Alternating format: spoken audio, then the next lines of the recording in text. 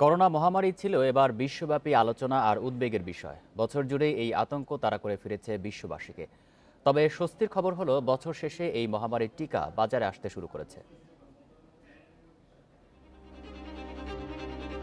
এবছর গোটা বিশ্বে এক এবং অন্যতম আলোচ্য বিষয় ছিল করোনা ভাইরাস।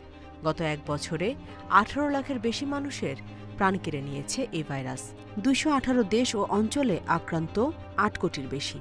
প্রথম ধাপের ক্ষতি পুষিয়ে ওঠার আগেই দ্বিতীয় ধাপের সংক্রমণে নাকাল বিশ্বের বিভিন্ন দেশ। বছর শেষ হওয়ার আগে নতুন উদ্বেগ বাড়িয়েছে করোনা ভাইরাসের নতুন ধরন।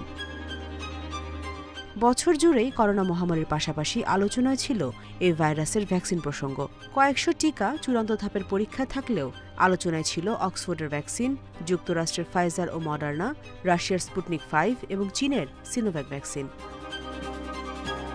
এবছর অন্যতম চমক ছিল যুক্তরাষ্ট্রের 46তম প্রেসিডেন্ট নির্বাচন। নানা নাটকীয়তার পর নতুন প্রেসিডেন্ট নির্বাচিত হন ডেমোক্র্যাট নেতা জো বাইডেন। সেই সাথে প্রথম অশ্বেতাঙ্গ নারী ভাইস প্রেসিডেন্ট পেয়েছে যুক্তরাষ্ট্র।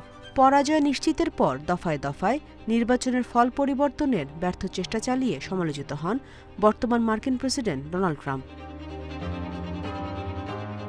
এবছর আরেক আলোচিত বিষয় ভারতের কৃষকদের আন্দোলন। বিতর্কিত কৃষি বিল বাতিলের দাবিতে তীব্র প্রতিবাদ বিক্ষোভ চালিয়েছেন কৃষকরা। বন্ধ করে দেয়া হয় গুরুত্বপূর্ণ সব মহাসড়ক।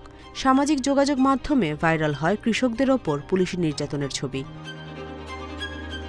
এবছর বহু তারকার মৃত্যু দেখেছে বিশ্ব। বিশেষ করে অনেক জনপ্রিয় তারকা হারিয়েছে বলিউড।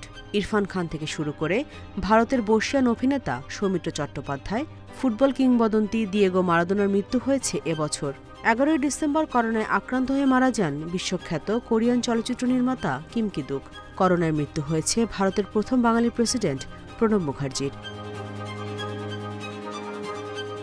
Nusrat Serin, independent news.